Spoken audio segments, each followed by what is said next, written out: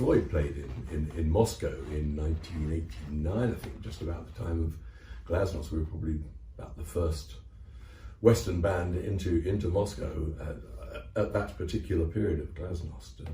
So, you know, we had a nice, lovely time in Moscow. It's a beautiful city, and we were treated wonderfully. And it's just unbelievable to think of what's going on currently.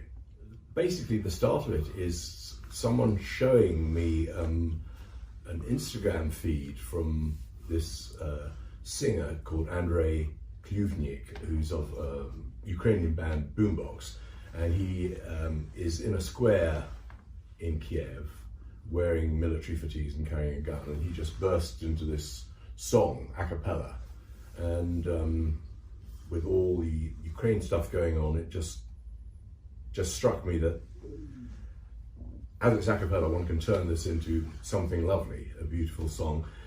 By coincidence, the band Boombox that this guy is the singer from, we played a benefit concert for in 2015 for the Belarus Free Theatre, and they were my backing band on that night for several numbers. So, and this guy, Andrei Kluvnik, has quit his American tour in the middle and gone back home to fight for his home country in Kiev. I've spoken to him. I've said, is this okay? And he said, fine. I spoke to him actually from his hospital bed, strangely, where he had a pretty minor injury from a bit of mortar shrapnel on his face. So he's right there on the front line. And so I started mapping this whole thing out, and then I thought that maybe we, the Pink Floyd, we should do this as a thing for Ukraine, for morale boosting, for peace, to show our sort of, I suppose, anger at what's been going on, and, you know, a superpower invading a peaceful nation.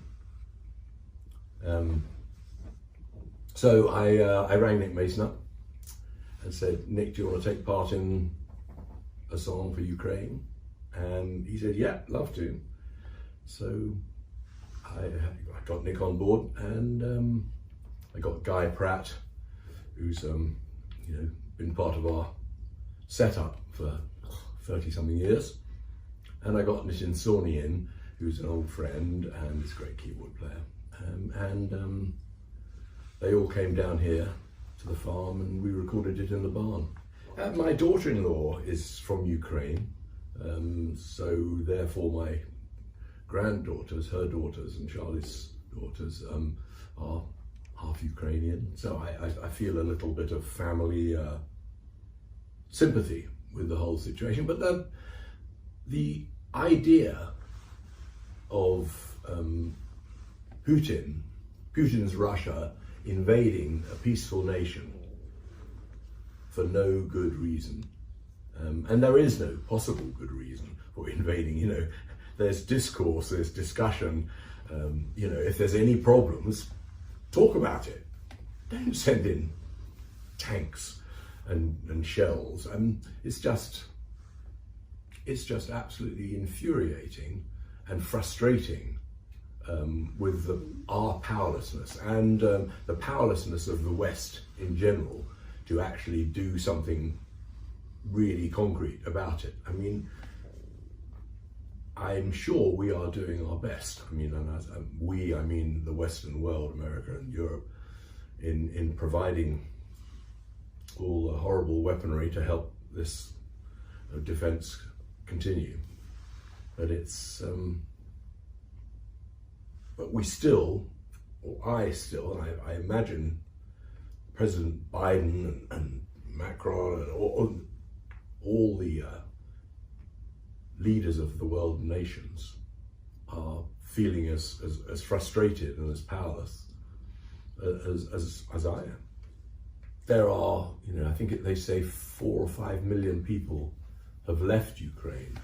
And they all are people who will need housing, maybe only temporarily, But we don't know what temporarily means in this circumstance. I mean, how long Ukraine will be under siege like this is anyone's guess. But so those people should be welcomed and helped and given places to live for the time being, at least, or if they want to stay forever.